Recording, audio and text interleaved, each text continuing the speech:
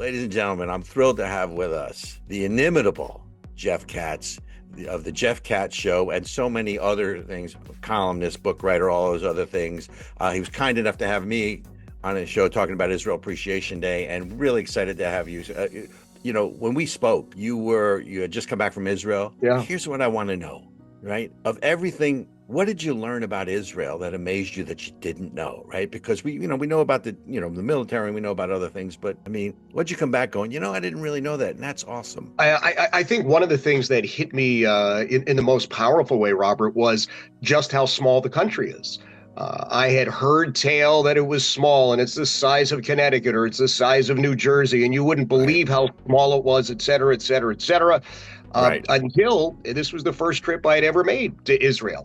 And I set feet on the ground, and from Tel Aviv to Jerusalem was very quick. From the north, up in the Golan Heights, down to the south was very quick. To realize that from the river to the sea, first of all, it's not much of a river, and it is not very, it's not very far. So I really was just amazed at how compact the country is, how developed it is, and what a frenetic pace it operates at. The Israelis are operating at 11, it seems like, all the time. Then you look in Jerusalem itself, all of the battles, all of these skirmishes, all of these discussions now, it's 1 square mile at most that all of this stuff is happening in. So just the compact nature of the country was amazing to me.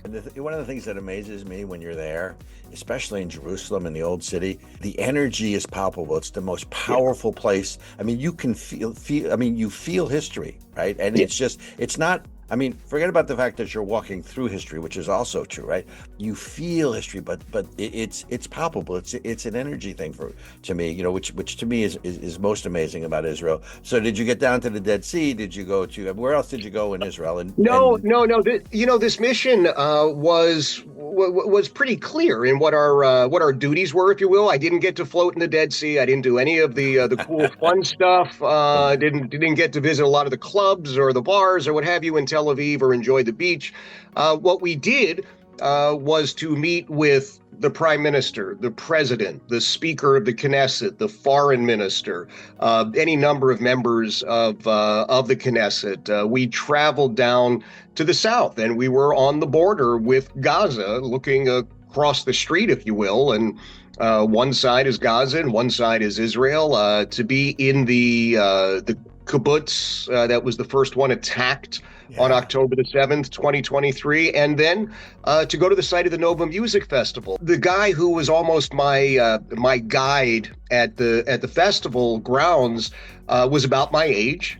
He was the area commander for the border police, and we were just chatting about law enforcement stuff and things of that sort. And he said in wonderful English, far better than my Hebrew, he said, I hated that music. The last thing I wanted to do was to be babysitting a bunch of teenagers listening to really lousy music. And we just both sort of laughed because, again, here's a point of connection. My kids are about that age. His kids would have been at that concert had their schedules been slightly different. And just to realize those points of commonality, it was an amazing moment. And when I tell people my visit in Israel, my meetings with these folks, it was life-changing. I'm not kidding you. This was truly probably the most important trip that I've ever been on. And it changed. I tell people, when you go to Israel,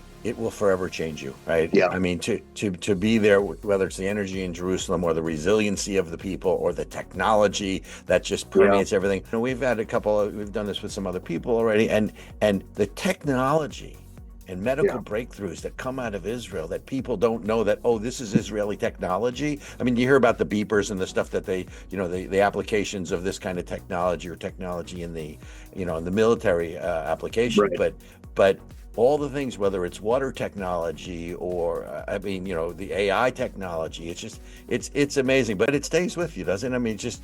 It's a place it's a place that everybody can call home, and that's to me the resilience of all of the amazing resilience of the Israelis. When you think about Israel, right, it's the ancient hope, right? It's a modern miracle, but it's the ancient hope. I mean, for 2,000 years, right, people dreamed of returning to Israel, and now they're back, and they speak the same language that their forefathers did, and they live in the same towns that their grandparents and great grandparents did, and their ancestors did, and they even used the same alphabet and the same monetary system. So it's a cool thing. Ladies and gentlemen, we've been talking with Jeff Katz. I love the word inimitable because it certainly fits you. You're prolific. WRVA, the Jeff Katz Show. Thank you for being such a staunch supporter of Israel, and thanks for coming on and sharing your story of unity about Israel. It's amazing. Love to have you back on. Toda rabah, Haber. Toda rabah.